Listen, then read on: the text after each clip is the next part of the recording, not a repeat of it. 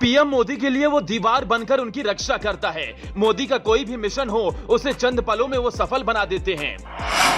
चीन, पाकिस्तान, तुर्की, दुनिया का कोई भी देश हो उसके डर से थर-थर कांपते हैं। देश के सभी बड़े मसलों पर वो विरोधियों और दुश्मन देशों को करारा जवाब देते हैं। मोदी की ताकत दुनिया में बढ़ रही, उस ताकत को बढ़ाने में मोदी के पीछे इस शख्स का बड़ा हाथ रहता है।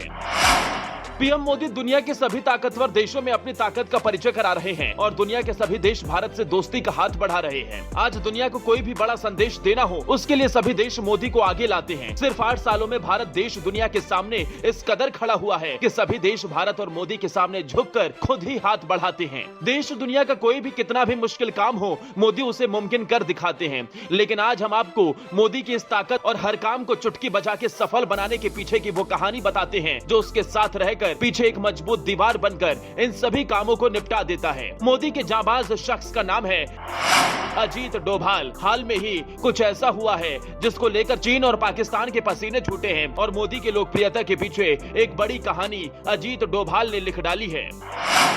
ऐसे अजीत डोभाल को देख चीन और पाकिस्तान के छूटे पसीने।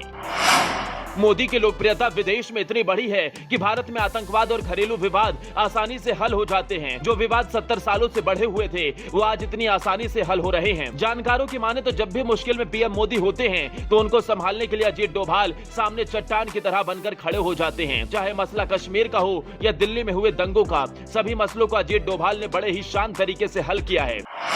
इसके साथ विदेश में अजीत डोभाल ने पाकिस्तान के आतंकवादियों, अफगान समस्या और अमेरिका से बातचीत, लद्दाख विवाद जैसे मुद्दों पर सबको करारा जवाब बड़े ही शानदार तरीके से दिया। वहीं लद्दाख विवाद को लेकर अजीत डोभाल ने चीन से बातचीत की जिसमें चीन के पसीने तक छूट गए और बीजिंग को अपने सैनिकों को एलओसी से पीछे बुलाने तक की नौबत आ गई। अजीत डोभाल की बदौलत मोदी और भारत की धाक दुनिया में बढ़ती जा रही है। लोग जानने लगे हैं कि भारत एक शक्तिशाली देश है और उसकी ताकत दुनिया में क्या है। इसके साथ ही एक और व्यक्ति है जिसकी वजह से मोदी का डंका दुनिया में बजता है और इनके बोलबाले से भारत अपना दम पूरी दुनिया को दिखाता है। इस व्यक्ति का नाम है एस जयशंकर, जो विदेश मंत्री हैं, जिन्होंने भारत की विदेश नीति को एक तरह से पंख लगा दिए हैं। आपको याद होगा कि अमेरिकी विदेश मंत्री ने यह तक कह डाला है कि भारत रूस से तेल लेता रहेगा क्योंकि जितना तेल भारत रूस से ले रहा है उतना तो यूरोप के देश दोपहर तक खत्म कर देते हैं।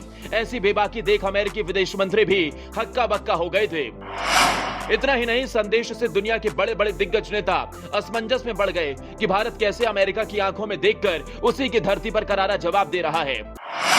अब वहीं पीएम मोदी के जेम्स बॉन्ड अजीत डोभाल अचानक से फिर सुर्खियों में आ गए हैं और खबर है कि अजीत डोभाल रूस के राष्ट्रपति पुतिन से मिलने उनके घर गए। इसे लेकर सबसे ज्यादा पाकिस्तान और चीन की हालत खराब हो गई। खबरों की माने भारत के राष्ट्रीय सुरक्षा सलाहकार अजीत डोभाल मॉस्को के दौरे पर हैं और ऐसा कहा जा रहा है कि वो यूक्रेन के साथ चल रहे रूस के युद्ध को लेकर दोनों देशों के बीच मध्यस्थता कराने पहुंचे हैं। इस घटनाक्रम से जुड़े सूत्रों की माने तो अजीत डोभाल मंगलवार को अघोषित यात्रा पर रूस पहुंचे थे। सूत्रों का कहना है कि जयशंकर मुख्य रूप से अपने समकक्ष निकोलाई से मिल सकते हैं। फिलहाल उनका सिर्फ निकोलाई से मिलने का ही कार्यक्रम है।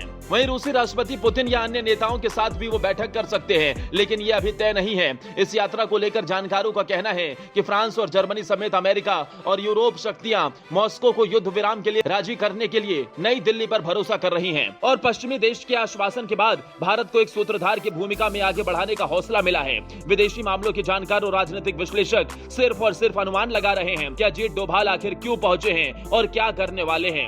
ऐसे में एक धारणा यह भी है कि पश्चिमी नेता यूक्रेन के राष्ट्रपति को युद्ध विराम के लिए सहमति का दबाव बना रहे हैं और चाह रहे हैं कि रूस लड़ाई को खत्म करे। सूत्रों की माने तो भारत इसे एक अवसर के रूप में देख रहा है क्योंकि अगर वो युद्ध विराम कराने में कामयाब हो जाता है तो यूरोप में उसका सम्मान काफी ज्यादा बढ़ जाएगा। इस यात्रा की एक अन्य महत्वपूर्ण पहलू भारत को अपनी रक्षा आपूर्ति कराना है। जानकारों का यह कहना है कि बैठक के समय अजीत डोभाल भारत को ईंधन की आपूर्ति और इससे जुड़े संबंधित चीजों को लेकर बातचीत कर सकते हैं। अजीत डोभाल इस यात्रा में आतंकवाद, रक्षा और यूक्रेन युद्ध के मद्देनजर खाद्य से लेकर कई अन्य क्षेत्र और अंतर्राष्ट्रीय मुद्दों पर भी चर्चा कर सकते हैं। ये अभी से कयास लगाए जा रहे हैं कि परिस्थितियां आने वाले समय में काफी हद तक ठीक हो जाएंगी।